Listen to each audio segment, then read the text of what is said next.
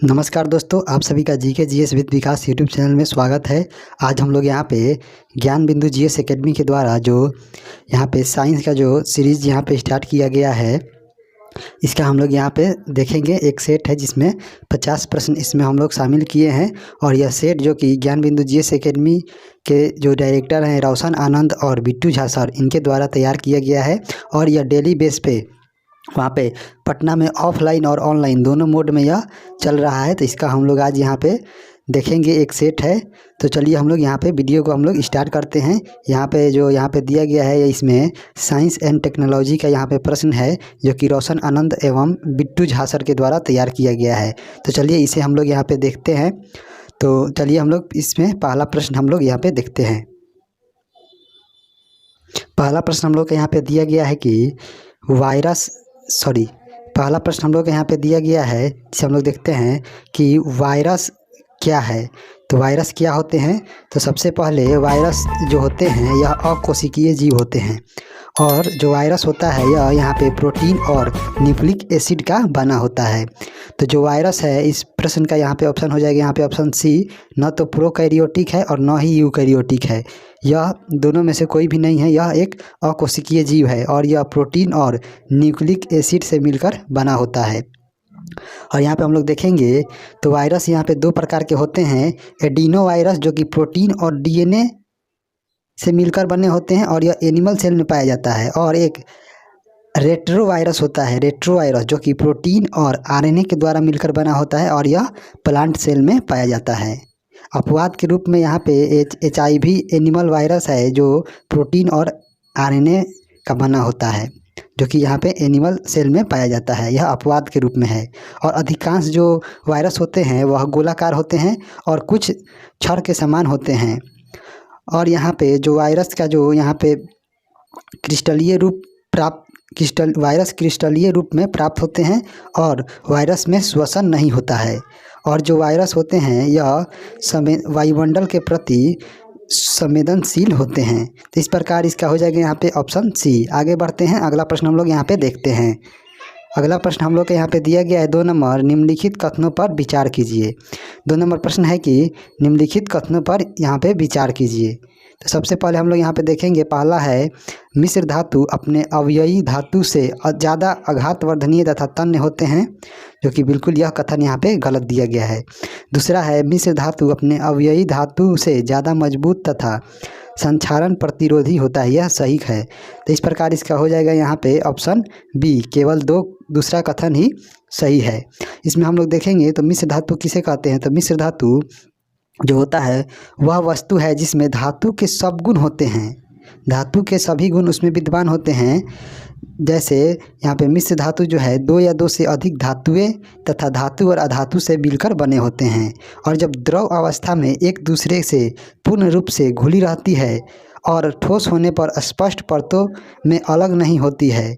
यह जो मिश्र धातु का हम लोग उपयोग करते हैं वह सिक्कों तथा आभूषणों के निर्माण में हम लोग करते हैं। इस प्रकार इसका हो जाएगा यहाँ पे ऑप्शन बी, जो कि यहाँ पे मिश्र धातु अपने अवयवी धातु से ज़्यादा मजबूत तथा संक्षारण प्रतिरोधी होता है। आगे बढ़ते हैं, अगला हम लोग यहाँ पे प्रश्न देखते हैं। अगला यहाँ पे प्रश्न दिया गया है कि 1 ग्राम एवं 4 ग्राम के 2 वस्तु का गतिज ऊर्जा समान है, तो दोनों वस्तु का रेखीय संवेग का अनुपात क्या होगा। तो यहाँ पे हम लोग सबसे पहले देखेंगे तो यह एक न्यूमेरिकल का प्रश्न है। इसमें हम लोग यहाँ पे जो गतिज ऊर्जा दिया गया है वह दोनों का यहाँ पे कॉमन दिया गया है, दोनों का समान दिया गया है। और एक यहाँ पे 1 ग्राम का वस्तु है और दूसरा यहाँ पे 4 ग्राम का वस्तु है। और इसका जो निकालना है हम लोगों को रेखीय संवेग का इसका अनुपात निकालना है। तो सबसे पहले हम लोग यहाँ पे देखेंगे तो जो यहाँ पे होता है काइनेटिक एनर्जी बराबर होता है यहाँ पे P² बटा 2m। एक यह यहाँ पे इक्वेशन फार्मूला होता है, इस जहाँ पे ये P जो है यह रेखीय संवेग को दर्शाता है। इस प्रकार जब हम लोग यहाँ पे रखेंगे तो हम लोग देख लेते हैं। यहाँ पे जब हम लोग यहाँ पे रखेंगे तो पहले वस्तु का रखेंगे तो P1² बटा यहाँ पे 2 गुने 1 हो जाएगा। और दोनों का यहाँ पे काइनेटिक एनर्जी समान है तो दोनों का हम लोग यहाँ पे काइनेटिक एनर्जी समान रखेंगे। यहाँ पे P2 स्क्वायर करेंगे और बट्टा में यहाँ पे रखेंगे 2 गुने m का मान यहाँ पे 4 है, तो इसका यहाँ पे 4 ग्राम।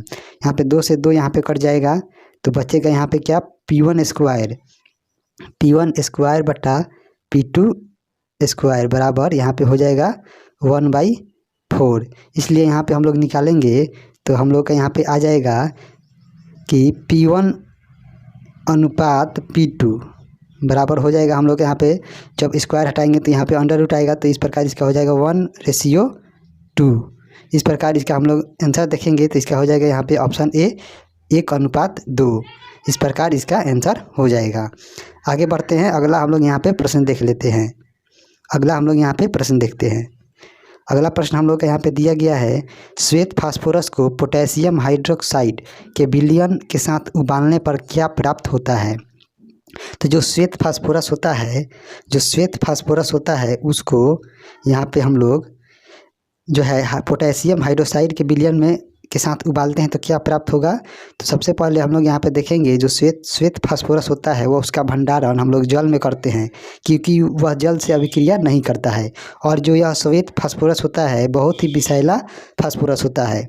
और यहाँ पे सबसे पहले हम लोग देखेंगे तो जब हम जब हम यहाँ पे केमिकल स्ट्रक्चर यहाँ पे लिखेंगे तो सबसे पहले हम लोग यहाँ पे देखते हैं कि यहाँ पे P4 जो यहाँ पे है फास्फोरस, इसको हम लोग पोटेशियम हाइड्रोक्साइड के विलयन में रखते हैं, पोटेशियम हाइड्रोक्साइड के विलयन में, और इसमें हम लोग उबालते हैं H2O के साथ।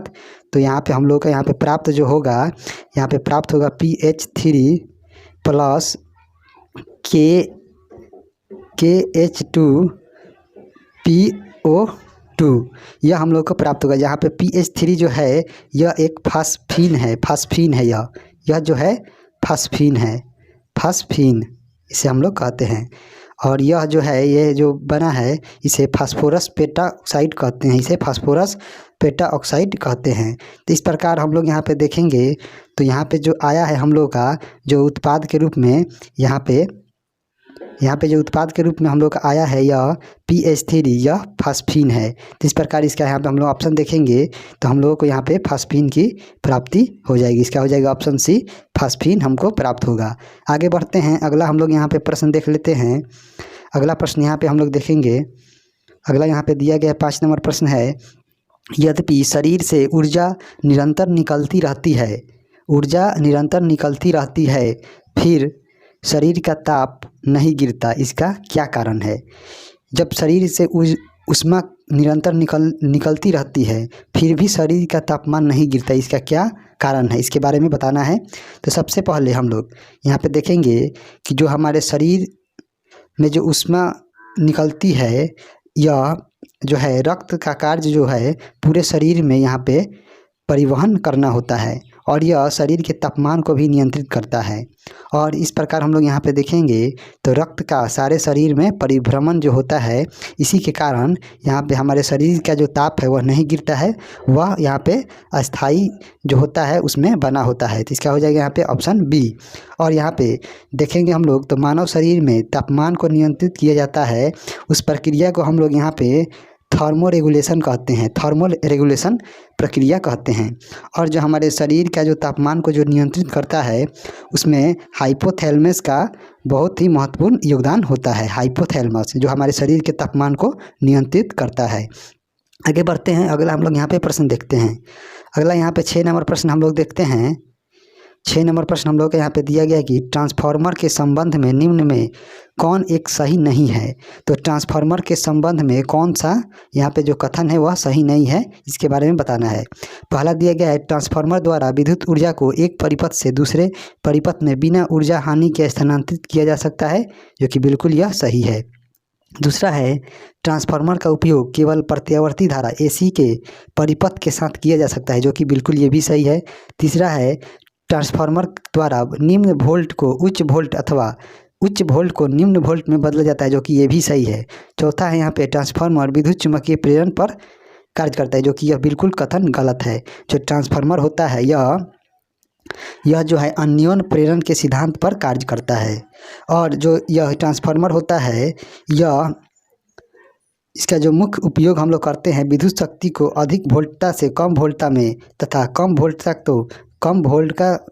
वोल्टता को अधिक वोल्ट में बदलने के लिए हम लोग इसे उपयोग करते हैं। और यह डीसी परिपथ में इसका उपयोग हम लोग नहीं कर पाते हैं, केवल एसी परिपथ में ही हम लोग इसका ट्रांसफार्मर का उपयोग करते हैं। इस प्रकार इसका जो कथन सही नहीं है, इसका हो जाएगा यहाँ पे ऑप्शन डी।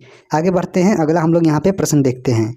अगला प्रश्न हम लोग का यहाँ पे दिया गया है, जिसे हम लोग देखते हैं, निम्नलिखित में कौन सा विकल्प सुमेलित नहीं है, कौन सा यहाँ पे गलत है, इसके बारे में बताना है। तो पहला है इटाई रोग जो होता है कैडमियम की अधिकता से होता है, जो कि बिल्कुल सही है। दूसरा है मिनीमाटा, जो मिनीमाटा रोग होता है वह सीसा से नहीं होता है, बल्कि यह पारा से होता है, पारा की अधिकता से होता है। तीसरा है ब्लू बेबी सिंड्रोम, यह जो है नाइट्रेट की अधिकता से होता है, जो कि बिल्कुल सही है। चौथा है विल्सन जो रोग है, यह तांबा की कॉपर की अधिकता से होता है, जो कि ये भी सही है। तो इस प्रकार इसका हो जाएगा यहाँ पे ऑप्शन बी, जो मिनीमाटा रोग है यह जो है पारा की अधिकता के कारण होता है। आगे बढ़ते हैं, अगला हम लोग यहाँ पे प्रश्न देखते हैं। अगला प्रश्न हम लोग का यहाँ पे दिया गया है, जिसे हम लोग यहाँ पे देखेंगे। तो अगला प्रश्न हम लोग यहाँ पे देखेंगे कि एनटीपी पर 112 लीटर कार्बन मोनोऑक्साइड कितने मोल के बराबर होगा। एनटीपी पर 112 लीटर कार्बन मोनोऑक्साइड कितने मोल के बराबर होगा। तो सबसे पहले यहाँ पे हम लोग देखेंगे, तो एक मोल बराबर यहाँ पे होता है 22.4 लीटर होता है। और यहाँ पे हम लोग देखेंगे तो 1 लीटर बराबर हम लोग का क्या हो जाएगा, तो 1 लीटर बराबर हम लोग का हो जाएगा यहाँ पे 1/22.4 मोल, यह हो जाएगा। तो यहाँ पे हम लोगों को निकालना है 112 लीटर का मान। तो यहाँ पे हम लोग रखेंगे 112 लीटर बराबर क्या हो जाएगा, तो इसका हो जाएगा यहाँ पे 1/22.4 इंटू 112। तो यहाँ से हम लोग दशमलव हटाएंगे तो ऊपर यहाँ पे हम लोग का यहाँ पे मल्टीप्लाई में होगा यहाँ पे 10, यहाँ से हम काटेंगे तो 112 से ये 2 बार में कट जाएगा और 2 से यह 5 बार में कट जाएगा। तो इसलिए इसका आ जाएगा यहाँ पे 5 मोल। 5 मोल इसका आंसर होगा, जो कि यहाँ पे ऑप्शन में यहाँ पे नहीं दिया गया, इसलिए इसका यहाँ पे हम लोग इसको बना लेते हैं 5 मोल। इसका हो जाएगा ऑप्शन डी, 5 मोल इसका आंसर होगा। आगे बढ़ते हैं, अगला हम लोग यहाँ पे प्रश्न देखते हैं। अगला प्रश्न है यहाँ पे 9 नंबर कि घड़ी के मिनट तथा घंटों की सुई के बीच के कोणीय चाल का अनुपात क्या होगा। तो घड़ी के मिनट की सुई और घंटे की सुई के जो कोणीय चाल का जो अनुपात है वह क्या होगा। तो सबसे पहले यहाँ पे कोणीय चाल का जो होता है ओमेगा बराबर जो होता है यहाँ पे 2πn होता है, जहाँ पे n जो है 1 सेकेंड में लगाए गए चक्कर की संख्या होती है n। तो यहाँ पे मिनट के लिए हम लोग करेंगे तो मिनट के लिए भी यही फार्मूला होगा और घंटे के लिए भी यही होगा। तो यहाँ पे हम लोग सबसे पहले देखेंगे, तो यहाँ पे हम लोग रंग चेंज कर लेते हैं। तो सबसे पहले हम लोग यहाँ पे देखेंगे जो कि यहाँ पे जो 60 मिनट है, यानी 60 मिनट बराबर यहाँ पे होगा एक चक्कर, और यहाँ पे 360 सेकेंड 3600 सेकेंड बराबर यहाँ पे हो जाएगा एक चक्कर। और यहाँ पे 1 सेकेंड बराबर हम लोग का हो जाएगा 1/3600 सेकेंड होगा, 1/3600 यहाँ पे 1/3600 यहाँ पे हो जाएगा चक्कर। और यहाँ पे जो होगा, तो यहाँ पे 12 घंटा में हम लोग को एक चक्कर लगाना है। तो 12 घंटा में एक चक्कर, तो हमें यहाँ पे देखेंगे तो यहाँ पे 12 इंटू इधर हो जाएगा हम लोग का 3600 सेकेंड बराबर हम लोग यहाँ पे देखेंगे तो हो जाएगा हम लोग का एक चक्कर। और यहाँ पे 1 सेकेंड हम लोग जब निकालेंगे, 1 सेकेंड जब हम लोग यहाँ पे निकालेंगे तो इसका यहाँ पे मान हो जाएगा 1 सेकेंड जब हम लोग यहाँ पे निकालते हैं तो इसका हो जाएगा 1/12 गुने 3600 हो जाएगा इसका। तो यहाँ पे हम लोग जब यहाँ पे हम लोग इसका मान यहाँ पे रखेंगे सबसे यहाँ पे, तो हम लोग यहाँ पे पाएंगे कि जो यहाँ पे मिनट की सुई है और जो घंटे की सुई है उसका जो अनुपात हम लोग जब निकालेंगे तो यहाँ पे जो है मिनट की सुई है और ये यहाँ पे घंटे की सुई है। तो मिनट की सुई यहाँ पे हो जाएगा 1/1 यहाँ पे 3600 हो जाएगा, और इसके बट्टा में हम लोग करेंगे तो 1/ इतना इंटू ऊपर चला जाएगा 12 इंटू 3600। तो इस प्रकार हम अब बट्टा में 1 हो जाएगा, तो 3600 से 3600 कट जाएगा। तो यहाँ पे जो अनुपात आएगा हम लोग का 12:1, यही इस प्रश्न का आंसर होगा। तो यहाँ पे हम लोग देखेंगे तो इसका हो जाएगा यहाँ पे ऑप्शन डी, 12:1 इसका आंसर हो जाएगा। आगे बढ़ते हैं, अगला हम लोग यहाँ पे प्रश्न देखते हैं। अगला प्रश्न हम लोग यहाँ पे दिया गया है कि जैव प्रौद्योगिकी द्वारा बैगन की एक नई किस्म बीटी बैगन विकसित की गई है, इसका लक्ष्य है। तो बायोटेक्नोलॉजी के द्वारा बैगन की एक किस्म विकसित की गई है। इसका लक्ष्य क्या है? तो इसका यहाँ पे लक्ष्य है इसका हो जाएगा यहाँ पे ऑप्शन ए, इसे रोग कारक जीव से लड़ने हेतु सक्षम बनाना, इसका हो जाएगा। तो इसलिए इसका हो जाएगा यहाँ पे ऑप्शन ए। आगे बढ़ते हैं, अगला हम लोग यहाँ पे प्रश्न देखते हैं। अगला हम लोग का यहाँ पे 11 नंबर प्रश्न है, निम्नलिखित कथनों पर विचार कीजिए। पहला है, आहार श्रृंखला में ऊर्जा का प्रवाह एक दिशीय होता है, जो कि बिल्कुल सही है। यहाँ पे जो देखेंगे हम लोग, तो आहार श्रृंखला में प्रत्येक स्तर पर भोजन का स्थानांतरण अगले स्तर में होता है। और यहाँ पे हम एक बनाते हैं, यहाँ पे पौधा हो गया, पौधे से यहाँ पे टिड्डा में जाएगा, टिड्डा से यहाँ पे गिरगिट, गिरगिट से यहाँ पे बाज, एक दिशीय यहाँ पे इसका प्रवाह होता है। और यहाँ पे जो अगला है आहार जाल, आहार जाल में ऊर्जा का प्रवाह बहुदिशीय में होता है, जो कि ये भी यहाँ पे सही है। क्योंकि जो आहार जो जाल होता है, यह किसी परिस्थिति तंत्र का एक उपभोक्ता एक ही भोजन स्रोत का इस्तेमाल नहीं करता है, बल्कि एक से अधिक भोजन स्रोत पर वह निर्भर होता है। उस प्रकार के जो समूह बनता है या जाल बनता है, उसे हम लोग आहार जाल कहते हैं। यह बहुदेशीय प्रवाह होता है इसका, तो इसलिए इसका दोनों कथन यहाँ पे सही है। तो इसका हो जाएगा यहाँ पे ऑप्शन सी, 1 तथा 2 दोनों सही है। आगे बढ़ते हैं, अगला हम लोग यहाँ पे प्रश्न देखते हैं। अगला यहाँ पे 12 नंबर प्रश्न है, निम्न में कौन कौन से विशेषता मत्स्य फिशिज में पाए जाते हैं, उत्तर कूट की सहायता से दें। पहला यहाँ पे दिया गया है सबसे पहले कि ये जो हैं अनियत तापी जीव होते हैं। तो अनियत तापी जीव, तो पहले हम लोग समझेंगे कि अनियत तापी जीव किसे कहते हैं। तो ऐसे जीव जंतु जिनका शारीरिक तापमान वातावरण के तापमान के साथ बढ़ता है, उसे अनियत तापी जीव कहते हैं। और नियत तापी, जिनके शारीरिक तापमान में वायुमंडल के तापमान से कोई बदलाव नहीं होते हैं, उसे नियत तापी कहते हैं। और यहाँ पे दूसरा है, ये पहला सही है, दूसरा यहाँ पे है, इसमें श्वसन फेफड़ों से होता है, जो कि बिल्कुल गलत है।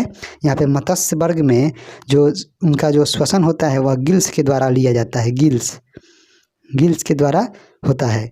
और यहाँ पे इनके हृदय 2 कक्षों में बटा होता है, जो कि बिल्कुल सही है। चौथा है, इनके हृदय में केवल अशुद्ध रक्त रहता है, जो कि ये भी सही है। तो इस प्रकार इसका हो जाएगा 1, 3 और 4। तो यहाँ पे हो जाएगा इसका ऑप्शन बी, 1, 3 और 4, यह इसका आंसर हो जाएगा। आगे बढ़ते हैं, अगला हम लोग यहाँ पे प्रश्न देखते हैं। अगला प्रश्न हम लोग का यहाँ पे दिया गया है 13 नंबर, कि अन्योन्य क्रिया से विहीन गैसों के मिश्रण का कुल दाब प्रत्येक गैस के आंशिक दाब के योग के बराबर होता है। गैसों से संबंधित यह नियम है। तो यह जो नियम है किसके द्वारा दिया गया है? तो यह जो नियम है यहाँ पे जो दिया गया है, यह नियम गैलुसाक का नियम है। इसका हो जाएगा यहाँ पे ऑप्शन डी। आगे बढ़ते हैं, अगला यहाँ पे प्रश्न है 14 नंबर, उत्तर लेंस से एक वस्तु का वास्तविक तथा समान आकार का प्रतिबिंब प्राप्त करना है, तो वस्तु को कहाँ रखना पड़ेगा? तो उत्तर लेंस से एक वस्तु का जो है वास्तविक और समान आकार का प्रतिबिंब प्राप्त करना है, तो उस प्रतिबिंब को प्राप्त करने के लिए वस्तु को हम कहाँ रखेंगे, इसके बारे में बताना है। तो जो हम वस्तु को रखेंगे वह मुख्य फोकस की दुगनी दूरी पर रखेंगे, यानी 2f2 पर रखेंगे। इसका यहाँ पे हो जाएगा ऑप्शन बी। आगे बढ़ते हैं, अगला हम लोग यहाँ पे प्रश्न देखते हैं। अगला प्रश्न है, जलती हुई वस्तु पर जल डालने से वह बुझ जाती है, क्यों? जलती हुई वस्तु पर जल डालने से वह बुझ जाती है, क्यों बुझ जाती है? तो इसका मेन रीज़न है कि जल ज्वलन ताप को घटा देता है और जल वायु की आपूर्ति को बाधित कर देता है। इसलिए इसका हो जाएगा ए और बी दोनों यहाँ पे सही है, इसलिए इसका हो जाएगा यहाँ पे ऑप्शन सी। आगे बढ़ते हैं, अगला हम लोग यहाँ पे प्रश्न देखते हैं। अगला प्रश्न है, निम्न कथनों पर विचार कीजिए। पहला यहाँ पे कथन दिया गया है कि निकट दृष्टि दोष में आँख के लेंस की फोकस दूरी बढ़ जाती है। आगे हम लोग देखते हैं अगला इसका पॉइंट। अगला है यहाँ पे स्टेटमेंट कि दूर दृष्टि दोष में आँख के लेंस की फोकस दूरी घट जाती है, जो कि यह बिल्कुल गलत है। दूर दृष्टि दोष में आँख के लेंस की जो फोकस दूरी है वह बढ़ जाती है, और निकट दृष्टि दोष में आँख के जो लेंस की फोकस दूरी है वह यहाँ पे घट जाती है। तो इसलिए न तो पहला कथन सही है न दूसरा। इस प्रकार इसका हो जाएगा यहाँ पे ऑप्शन डी। यहाँ पे हम लोग सबसे पहले देखेंगे कि निकट दृष्टि दोष में जो होता है, जो निकट की जो वस्तु होती है वह दिखाई तो देती है, लेकिन दूर की वस्तु को देखने में हमको दिक्कत होती है और इसमें फोकस दूरी घट जाती है। और इस दोष को दूर करने के लिए अवतल लेंस का उपयोग करते हैं निकट दृष्टि दोष को दूर करने के लिए। और यहाँ पे दूर दृष्टि दोष में जो होता है, दूर की वस्तु तो दिखाई देती है स्पष्ट रूप से, और जबकि यहाँ पे नज़दीक की जो वस्तु होती है उसको देखने में दिक्कत होती है। और इस दोष में जो होता है फोकस दूरी बढ़ जाती है, और इस दोष को दूर करने के लिए उत्तल लेंस का हम लोग उपयोग करते हैं। आगे बढ़ते हैं, अगला हम लोग यहाँ पे प्रश्न देखते हैं। अगला प्रश्न है 17 नंबर कि निम्नलिखित में कौन सा एक शैवाल के विशिष्ट लक्षण नहीं है। तो कौन सा है जो शैवाल के एक विशिष्ट लक्षण इसमें नहीं है। तो यहाँ पे हम लोग देखेंगे, पहला, इनका शरीर थैलस के समान होता है, जो कि बिल्कुल सही है। दूसरा है, इसमें क्लोरोफिल पाया जाता है, जो कि ये भी सही है। तीसरा है, अधिकांश शैवाल जलीय होते हैं, जो कि ये भी सही है। चौथा है, शैवाल के थैलस सदृश शरीर वास्तविक ऊतक के बने होते हैं, जो कि यह गलत है, यह वास्तविक ऊतक के नहीं बने होते हैं। इसका हो जाएगा यहाँ पे ऑप्शन डी। आगे बढ़ते हैं, अगला हम लोग यहाँ पे प्रश्न देखते हैं। अगला हम लोग यहाँ पे प्रश्न दिया गया है कि M++ या M2+ का इलेक्ट्रॉनिक विन्यास 2, 8, 14 है तथा परमाणु भार इतना है, तो इसके नाभिक में न्यूट्रॉन की संख्या कितनी होगी। न्यूट्रॉनों की संख्या ज्ञात करना है। तो सबसे पहले हम लोग इसका कुल इलेक्ट्रॉन हम लोग निकालेंगे इसमें।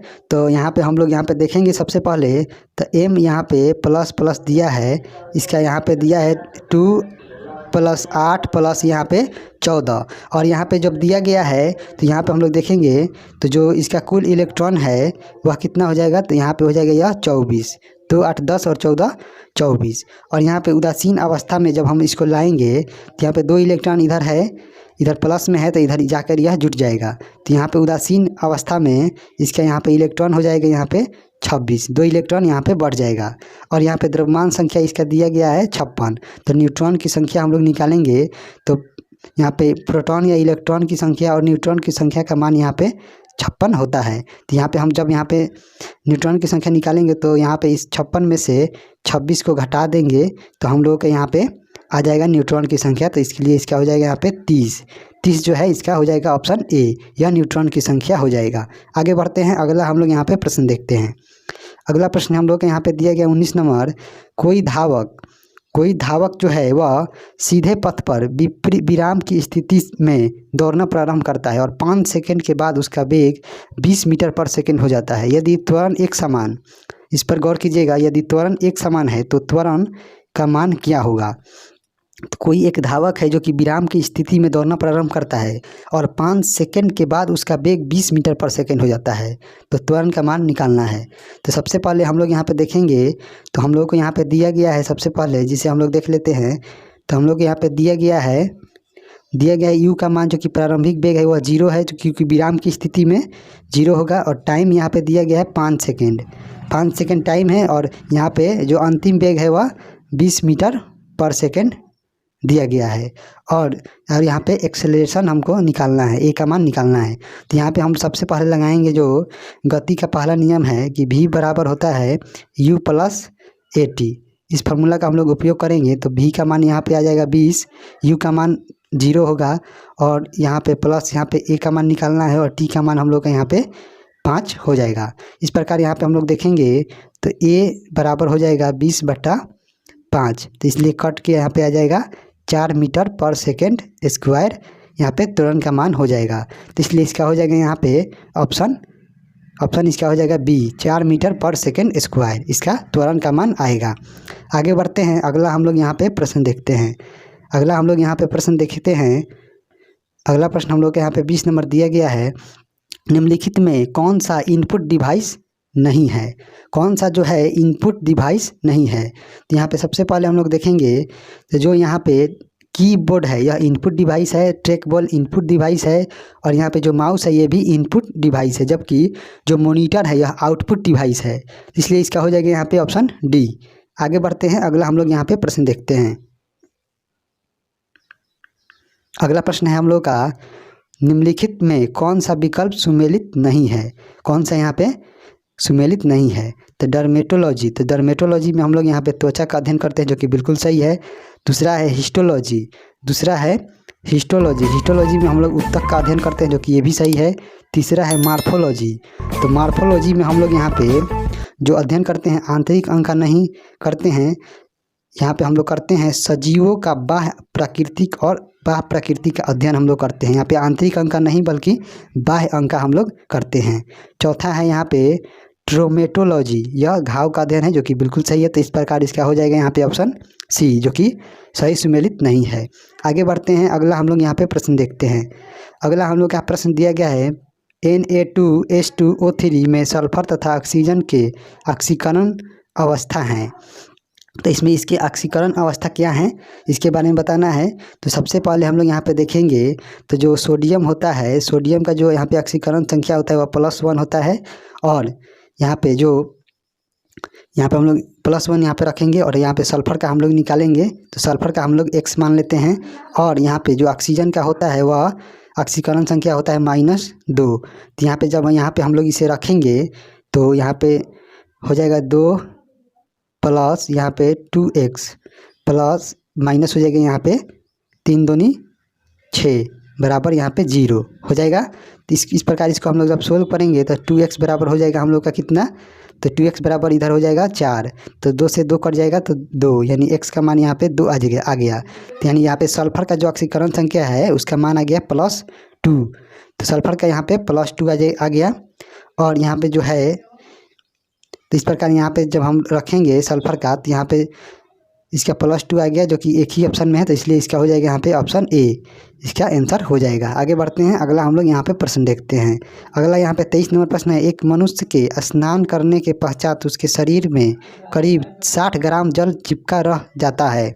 इस जल के वाष्पन के लिए कितनी ऊष्मा की आवश्यकता होगी? जल की वाष्पन की गुप्त ऊष्मा यहाँ पे दिया गया है। तो जो एक मानव है उसके शरीर में जो वो स्नान करने के पश्चात करीब 60 ग्राम जल चिपका रह जाता है, तो उस जल को यहाँ पे वाष्पन करने के लिए कितनी ऊष्मा की आवश्यकता पड़ेगी इसके बारे में बताना है। तो सबसे पहले हम लोग यहाँ पे देखेंगे कि 1 मोल जो कि जल को वाष्प बनने में यहाँ पे 40.8 किलो जूल पर मोल की ऊष्मा लगती है। तो यहाँ पे हम जब निकालेंगे सबसे पहले इसमें हम लोग मोलों की संख्या हम लोग निकालेंगे। तो जल का जो यहाँ पे होता है आणविक द्रव्यमान, इसका जल का हो जाएगा यहाँ पे H2O का हो जाएगा यहाँ पे 2 प्लस यहाँ पे 16, यानी 18 इसका आणविक द्रव्यमान हो जाएगा। और यहाँ पे 60 ग्राम जल है तो इसका जो मोल होगा, मोलों की संख्या इसमें तो 60 बट्टा यहाँ पे 18 हो जाएगा। और जब ये हो जाएगा तो इसमें हम इतना हो जाएगा, और इसमें जब हम यहाँ पे निकालेंगे ऊष्मा तो यहाँ पे हम लोग 60 बट्टा 18 इंटू जब यहाँ पे 40.8 से मल्टीप्लाई करेंगे तो यहाँ पे हम देखेंगे तो 6 तिरिया 18, और यहाँ पे 0 से या 0 नीचे आया तो ये कट गया, तो 3 से हम भाग देंगे तो यहाँ पे 3 एकम 3, 3 का 9 और 3 छक 18, यानी इसका हो जाएगा 136 किलो जूल ऊष्मा की आवश्यकता पड़ेगी। तो इसका हम लोग यहाँ पे देखेंगे ऑप्शन, तो इसका हो जाएगा यहाँ पे लगभग में ऑप्शन इसका हो जाएगा यहाँ पे ऑप्शन सी, जो कि 135 है, ये 136 किलो जूल हो जाएगा इसका। आगे बढ़ते हैं, अगला हम लोग यहाँ पे प्रश्न देखते हैं। अगला प्रश्न है यहाँ पे 24 नंबर कि निम्नलिखित में किस संरचना के अभाव में तंत्रिका कोशिका विभाजित नहीं हो पाती है? तो किस संरचना के अभाव में जो यहाँ पे नर्वस सेल है वह विभाजित नहीं हो पाती है? तो इसका हम लोग देखेंगे। तो सबसे पहले यहाँ पे जन्म के बाद तंत्रिका कोशिका में कोई भी विभाजन नहीं होता है, और यह जो इसमें विभाजित नहीं होने का जो इसमें कारण है उससे हो जाएगा यहाँ पे सेंट्रोसोम, इसका हो जाएगा यहाँ पे ऑप्शन बी। आगे बढ़ते हैं, अगला हम लोग यहाँ पे प्रश्न देखते हैं। अगला है निम्नलिखित में कौन सा विकल्प सही सुमेलित नहीं है, उसको चयन करना है। तो आगे बढ़ते हैं, अगला हम लोग यहाँ पे देखते हैं। अगला यहाँ पे दिया गया है ऑप्शन जो कि इसमें सही सुमेलित नहीं है, उसका चयन करना है। तो हॉर्न सिल्वर है, इसका जो होता है AgCl होता है, जो कि यह बिल्कुल सही है। यहाँ पे दूसरा है लूनर कास्टिक, तो लूनर कास्टिक का यहाँ पे होता है AgNO3, जो कि ये भी सही है। तीसरा है क्विक सिल्वर, जो यहाँ पे क्विक सिल्वर है, इसका यहाँ पे AgBr नहीं होता है, इसका यहाँ पे होता है AgNO3 जो यहाँ पे क्विक सिल्वर होता है, इसे हम लोग यहाँ पे जो क्विक सिल्वर होता है उससे हम लोग यहाँ पे कहते हैं क्विक सिल्वर को हम लोग यहाँ पे पारा को हम लोग यहाँ पे क्विक सिल्वर हम लोग कहते हैं, और फोटोग्राफिक प्लेट में हम लोग यहाँ पे सिल्वर ब्रोमाइड का उपयोग करते हैं, जो कि बिल्कुल सही है। तो इसलिए इसका यहाँ पे सुमेलित नहीं है, इसका ऑप्शन सी, क्विक सिल्वर हम लोग यहाँ पे पारा धातु को कहते हैं। आगे बढ़ते हैं, अगला यहाँ पे हम लोग प्रश्न देखते हैं। अगला प्रश्न है यहाँ पे 26 नंबर, उत्तल दर्पण के संबंध में कौन सा एक सही नहीं है, कौन सा गलत है, उसका चयन करना है। तो यहाँ पे जो उत्तल दर्पण है, तो उत्तल दर्पण में दिया गया इसके द्वारा हमेशा सीधा प्रतिबिंब बनता है, जो कि यहाँ पे बिल्कुल सही दिया गया है। दूसरा है इसके द्वारा हमेशा आभासी प्रतिबिंब बनता है, तो जो ये भी यहाँ पे सही है। तीसरा है यहाँ पे इसका दृष्टि क्षेत्र अवतल दर्पण से छोटा होता है, जो कि यह बिल्कुल गलत है। इसका जो दृष्टि क्षेत्र है वह अवतल दर्पण से बहुत बड़ा होता है, क्योंकि जो यहाँ पे उत्तल दर्पण का हम लोग गाड़ियों में साइड मिरर के रूप में उपयोग करते हैं, जो कि बड़ा एरिया वो कवर करता है। इस प्रकार इसका यहाँ पे जो गलत कथन दिया गया इसका हो जाएगा यहाँ पे ऑप्शन सी। आगे बढ़ते हैं, अगला हम लोग यहाँ पे प्रश्न देखते हैं। अगला प्रश्न यहाँ पे दिया गया 27 नंबर कि भूमिगत तने के संबंध में निम्न में कौन सा एक सही नहीं है। तो भूमिगत तने के संबंध में कौन सा जो कथन है वह यहाँ पे सही नहीं दिया गया है, इसके बारे में बताना है। तो सबसे पहले यहाँ पे होगा, यह तना हमेशा मोटे और गुद्देदार होते हैं, जो कि बिल्कुल सही है। दूसरा है इसमें पर्व और पर्व संधियाँ नहीं पाई जाती हैं। यहाँ पे नोड और इंटर नोड नहीं पाया जाता है, जो कि यह बिल्कुल गलत है। यहाँ पे जो भूमिगत तना होता है उसमें नोड और इंटर नोड दोनों पाए जाते हैं। और यहाँ पे तीसरा है, इन तनों में वर्धिजनक यानी वेजिटेटिव रिप्रोडक्शन की क्षमता होती है, जो कि बिल्कुल सही है। चौथा है, यह भोज्य पदार्थ को संचित रखता है, जो कि बिल्कुल सही है। इस प्रकार इसका जो होगा ऑप्शन बी यहाँ पे गलत दिया गया है, इसमें नोड और इंटर नोड दोनों पाए जाते हैं। आगे बढ़ते हैं, अगला हम लोग यहाँ पे प्रश्न देखते हैं। अगला प्रश्न है हम लोग का 28 नंबर कि अभिक्रिया H2O प्लस HCl मिलकर यह H3O प्लस और प्लस यहाँ पे Cl माइनस में जल का आचरण कैसा है। तो इसमें जो जल है वह किस प्रकार कार्य करता है, इसके बारे में बताना है। तो इसमें जो जल है यह यहाँ पे एक भस्म की तरह कार्य कर रहा है, इसका हो जाएगा यहाँ पे ऑप्शन बी। आगे बढ़ते हैं, अगला हम लोग यहाँ पे प्रश्न देखते हैं। अगला प्रश्न हम लोग का है यहाँ पे कि निम्नलिखित कथनों पर विचार कीजिए। पहला यहाँ पे दिया गया स्टेटमेंट कि सेल का विद्युतवाहक बल का मान सेल के विभवांतर से अधिक होता है।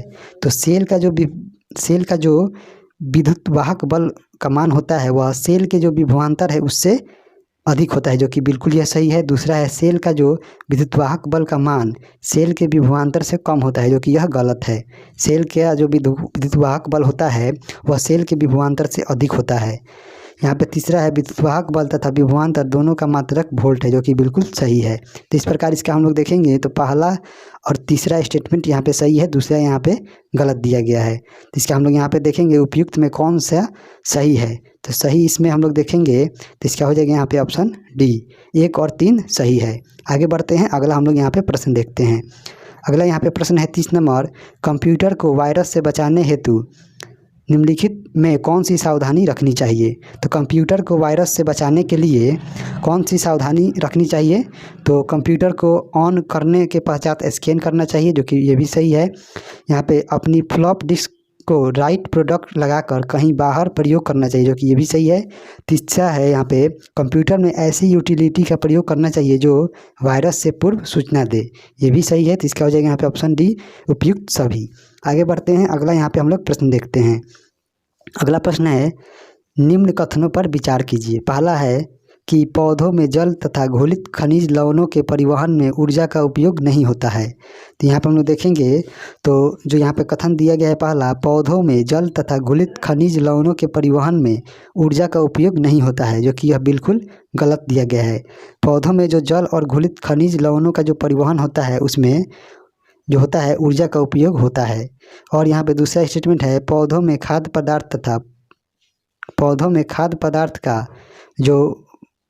पदार्थों का फ्लोएम से होने वाले परिवहन में ऊर्जा का उपयोग होता है, जो कि ये भी कथन यहाँ पे गलत दिया गया है। इसमें जो पौधों के जो खाद्य पदार्थों का जो फ्लोएम के माध्यम से जो परिवहन होता है उसमें ऊर्जा का उपयोग नहीं होता है, इसलिए इसका हो जाएगा यहाँ पे कौन सा कथन सही है। तो यहाँ पे दोनों कथन ही यहाँ पे गलत दिया गया है। तो इस प्रकार इसका हो जाएगा ऑप्शन डी, न तो 1 और न ही 2।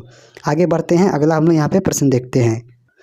अगला प्रश्न यहाँ पे दिया गया है कि किसी रेडियो सक्रिय तत्व की अर्ध आयु 140 दिन है, तो 560 दिनों के बाद इसका 1 ग्राम घटकर कितना हो जाएगा।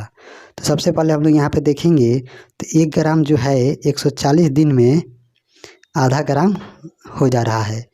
तो यह जो है फिर 140 दिन में यह जो हो जाएगा 1/4 हो जाएगा, 1/4 ग्राम हो जाएगा। फिर यह यहाँ पे 140 दिन में यह 1/8 ग्राम हो जाएगा। फिर यह 140 दिन में यहाँ पे 1/16 ग्राम हो जाएगा। तो जो यहाँ पे हम लोग जोड़ेंगे तो 14 दूनी 28, 14 तिया 42, 14 चौका 56, यानी यहाँ पे 4 दिन में जो यह टोटल यहाँ पे 560 जो दिन है इसमें यह 1/16 ग्राम हो जाएगा। इस प्रकार इसका जो है इसका हो जाएगा यहाँ पे ऑप्शन डी 1/16 ग्राम। आगे बढ़ते हैं, अगला हम लोग यहाँ पे प्रश्न देखते हैं। अगला यहाँ पे दिया गया है ऊष्मीय प्रसार थर्मल एक्सपेंशन का एसआई मात्रक क्या है। तो जो ऊष्मीय प्रसार है उसका एसआई मात्रक बताना है। तो इसका हो जाएगा यहाँ पे ऑप्शन बी पर केल्विन जो है यह ऊष्मीय प्रसार का मात्रक है। और यहाँ पे ऊष्माधारिता का जो मात्रक है जूल पर केल्विन है। और यहाँ पे विशिष्ट ऊष्माधारिता का जो मात्रक है यहाँ पे जूल पर केजी पर केल्विन है। और ऊष्मा का यहाँ पे मात्रक यहाँ पे जूल है। इसको आप लोग याद रखिएगा। आगे बढ़ते हैं, मानव श्वसन में क्या छोड़ता है। तो मानव श्वसन में क्या छोड़ता है, तो यह कार्बन डाइऑक्साइड छोड़ता है। श्वसन जो है एक ऐसी प्रक्रिया है जो सजीवों के शरीर के प्रत्येक कोशिकाओं के भीतर माइटोकॉन्ड्रिया में संपन्न होता है। आगे बढ़ते हैं, अगला हम लोग यहाँ पे प्रश्न देखते हैं। अगला यहाँ पे 35 नंबर है, हेमेटाइट से लोहा प्राप्त करने में चूना पत्थर का उपयोग किस रूप में किया जाता है। तो हेमेटाइट से लोहा प्राप्त करने में चूना पत्थर का उपयोग हम किस रूप में करते हैं। तो यहाँ पे चूना पत्थर का उपयोग हम लोग यहाँ पे फ्लक्स के रूप में करते हैं। और अयस्कों में मिली अशुद्धि को हम लोग गैंग कहते हैं। इसको आप लोग याद रखिएगा। आगे बढ़ते हैं, अगला यहाँ पे 36 नंबर प्रश्न है, यकृत में बनने वाले पीतरस बाइल जूस का कार्य क्या है। तो यकृत में जो पीतरस यानी बाइल जूस का निर्माण होता है उसका कार्य क्या है, इसके बारे में बताना है। तो उसका यहाँ पे कार्य हम लोग देखेंगे। पहला है पित्त अमाशय से छोटी आंत में आए अम्लीय भोजन को क्षारीय बनाता है, जो कि यह बिल्कुल सही है। और यहाँ पे दूसरा है पित्त भोजन में उपस्थित वसा के बड़े बड़े अणुओं को छोटे छोटे अणुओं में विखंडित करता है, जिसे पायसीकरण कहते हैं, जो कि ये भी कथन सही है। इस प्रकार इसका हो जाएगा यहाँ पे ऑप्शन सी 1 तथा 2 दोनों यहाँ पे सही दिया गया है। आगे बढ़ते हैं, अगला हम लोग यहाँ पे प्रश्न देखते हैं। अगला यहाँ पे 37 नंबर प्रश्न है, निम्न में किस वर्ग समूह के तत्व पी ब्लॉक के तत्व कहलाते हैं। तो पी ब्लॉक के तत्व किस वर्ग के समूह के तत्व कहलाते हैं। तो इसका यहाँ पे हम देखेंगे तो इसका हो जाएगा यहाँ पे ऑप्शन बी वर्ग 13 से लेकर वर्ग 18 के बीच के जितने भी यहाँ पे समूह हैं उन्हें हम पी ब्लॉक के तत्व कहते हैं। और यहाँ पे जो वर्ग 1 और 2 हैं, वर्ग 1 और 2 हैं, इसे एस ब्लॉक का हम लोग तत्व कहते हैं। और जो यहाँ पे वर्ग 3 से 12 है और यहाँ पे जो ब्लॉक 3 से 12 जो है उसे हम लोग यहाँ पे एसपी यहाँ पे डी ब्लॉक के तत्व हम लोग कहते हैं। और जो लेंथेनाइड और एक्टिनाइड जो होते हैं इसे एफ ब्लॉक के हम लोग तत्व कहते हैं। आगे बढ़ते हैं, अगला यहाँ पे हम लोग प्रश्न देखते हैं। अगला प्रश्न है, एक दूरदृष्टि दोष युक्त आँख के संबंध में निम्न में कौन सा सही नहीं है, कौन सा यहाँ पे गलत है, इसके बारे में बताना है। तो सबसे पहले यहाँ पे दिया गया दूर की वस्तु स्पष्ट दिखाई देती है, निकट की वस्तु स्पष्ट दिखाई नहीं देती है, जो कि यह सही है। दूसरा है आँख का निकट बिंदु 25 सेंटीमीटर से अधिक हो जाता है, जो कि ये भी यहाँ पे कथन सही है। तीसरा है आँख का नेत्र गोलक बड़ा हो जाता है और फोकस दूरी घट जाती है, जो कि यह बिल्कुल ये गलत कथन यहाँ पे दिया गया है। आँख का नेत्र का जो गोलक है वह छोटा हो जाता है और फोकस दूरी बढ़ जाती है, इसके कारण दूरदृष्टि दोष उत्पन्न होता है और इसे दूर करने के लिए उत्तर लेंस का उपयोग करते हैं, जो कि ये बिल्कुल सही है। तो इस प्रकार इसका हो जाएगा यहाँ पे ऑप्शन सी, जो कि गलत दिया गया है। आगे बढ़ते हैं, अगला हम लोग यहाँ पे प्रश्न देखते हैं। अगला प्रश्न है, मेंडल के प्रयोगों में विकसित लक्षणों की जोड़ी को क्या कहते हैं। तो मेंडल के प्रयोगों में विकसित लक्षणों की जो जोड़ी थी उसे हम लोग क्या कहते हैं, तो उसे हम लोग यहाँ पे एलील कहते हैं, एलील। आगे बढ़ते हैं, अगला है निलंबन में निलंबित कणों का आकार होता है। तो निलंबन में यानी सस्पेंशन में जो होता है निलंबित पार्टिकल्स का जो साइज होता है वह क्या होता है, तो वह यहाँ पे 10⁻⁵ सेंटीमीटर से अधिक होता है। और निलंबन जो है एक विषमांग मिश्रण है। आगे बढ़ते हैं, अगला यहाँ पे हम लोग प्रश्न देखते हैं। अगला प्रश्न है, नाभिकीय अभिक्रिया संलयन या विखंडन में भारी परिमाण की ऊर्जा निकलने का कारण क्या है? तो यहाँ पे जो इसके निकलने का जो मुख्य कारण है, इसका हम लोग यहाँ पे ऑप्शन देखेंगे। इसका हम लोग यहाँ पे देखेंगे तो इसका हो जाएगा यहाँ पे ऑप्शन सी, द्रव्यमान का ऊर्जा में रूपांतरण होता है। अगला प्रश्न है 42 नंबर, निम्नलिखित में से किन दो के बीच सिनेप्स संयोजन है? तो किनके बीच सिनेप्स पाया जाता है? तो यह यहाँ पे जो है दो न्यूरॉनों के बीच के जो स्थान होता है, जो इसका ज्वाइंट होता है, उसे हम लोग सिनेप्स कहते हैं। अगला यहाँ पे हम लोग प्रश्न देखते हैं 43 नंबर प्रश्न है कि वैसे रासायनिक पदार्थ जो सूक्ष्म जीवों द्वारा उत्पन्न होते हैं तथा सूक्ष्म जीवों को ही नष्ट करने में प्रयोग लाए जाते हैं क्या कहलाते हैं? तो इसे क्या कहते हैं? तो उसे हम लोग एंटीबायोटिक कहते हैं, प्रतिजैविक कहते हैं। आगे बढ़ते हैं, अगला हम लोग यहाँ पे प्रश्न देखते हैं 44 नंबर। 44 नंबर हम लोग के यहाँ पे प्रश्न दिया गया है कि एक 50 ग्राम की गोली 4 केजी द्रव्यमान की राइफल से 35 मीटर पर सेकंड के प्रारंभिक वेग से छोड़ी जाती है, तो राइफल के प्रारंभिक प्रतिक्षेप का वेग कितना होगा? जो कि एक न्यूमेरिकल बेस प्रश्न है और इसमें दोनों का हम लोगों को संवेग बराबर करना होगा। तो संवेग बराबर हम लोग यहाँ पे देखेंगे तो P बराबर होता है mv। संवेग का मान यहाँ पे द्रव्यमान और वेग के गुणनफल के बराबर होता है।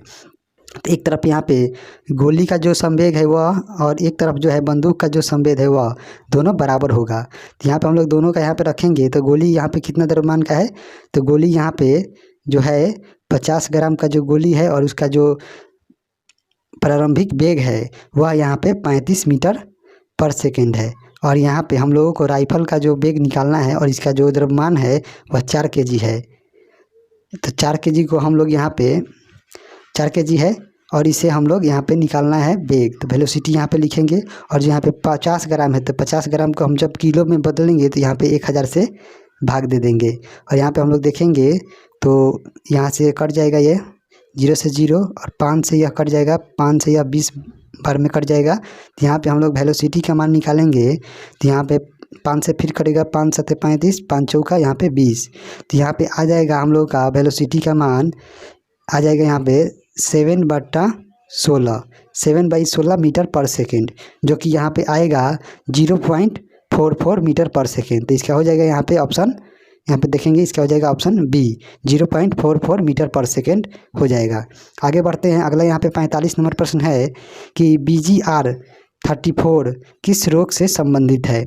जो BGR-34 है यह किस रोग से संबंधित है? तो यह जो है मधुमेह रोग से संबंधित है। अगला प्रश्न है यहाँ पे 46 नंबर, लेग हीमोग्लोबिन पाई जाती है।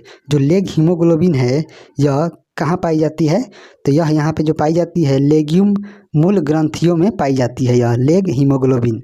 आगे बढ़ते हैं, अगला यहाँ पे 47 नंबर प्रश्न है कि अस्पतालों में कृत्रिम श्वसन के लिए प्रयुक्त मिश्रण कौन सा है? तो अस्पताल में यहाँ पे जो उपयोग में लाया जाता है कृत्रिम श्वसन के लिए, तो उसमें यहाँ पे 90% ऑक्सीजन और 10% हीलियम का हम लोग उपयोग करते हैं। आगे बढ़ते हैं, अगला हम लोग यहाँ पे प्रश्न देखते हैं 48 नंबर।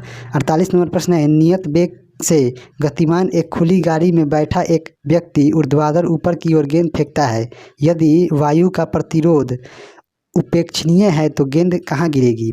तो गेंद यहाँ पे जो नियत वेग से गतिमान है गाड़ी, उसमें जब गेंद को ऊपर ऊर्ध्वाधर के रूप में फेंका जाता है तो यहाँ पे हम लोग देखेंगे तो जो इसमें होगा वह जड़त्व के कारण जो है वह जो गेंद है उसके ठीक हाथ में ही गिरेगी जड़त्व के कारण। आगे बढ़ते हैं, अगला यहाँ पे 49 नंबर प्रश्न है कि निम्नलिखित में से कौन से तत्व सभी प्रोटॉनों में विद्यमान होते हैं? तो कौन सा जो तत्व है वह सभी प्रोटीनों में विद्यमान होता है? तो इसमें हो जाएगा यहाँ पे कार्बन भी होता है, हाइड्रोजन भी होता है, ऑक्सीजन भी होता है और नाइट्रोजन भी होता है। तो इसका हो जाएगा यहाँ पे ऑप्शन डी, ये सभी इसमें प्रोटीनों में विद्यमान होते हैं। और आज का हम लोग इस सेट का अंतिम प्रश्न यहाँ पे देखेंगे कि निम्न में कौन सा कथन यहाँ पे सही है, इसके बारे में बताना है। तो यहाँ पे हम लोग देखेंगे, पहला है अशुद्धियों के कारण द्रव का क्वथनांक बढ़ जाता है, जो कि बिल्कुल सही है। दूसरा है दाब बढ़ाने पर जल का क्वथनांक बढ़ जाता है, ये भी सही है। तो इसलिए इसका हो जाएगा यहाँ पे 1 और 2 दोनों यहाँ पे कथन सही दिया गया है। तो चलिए आज के लिए इतना ही, मिलते हैं अगले वीडियो में, तब तक के लिए जय हिंद।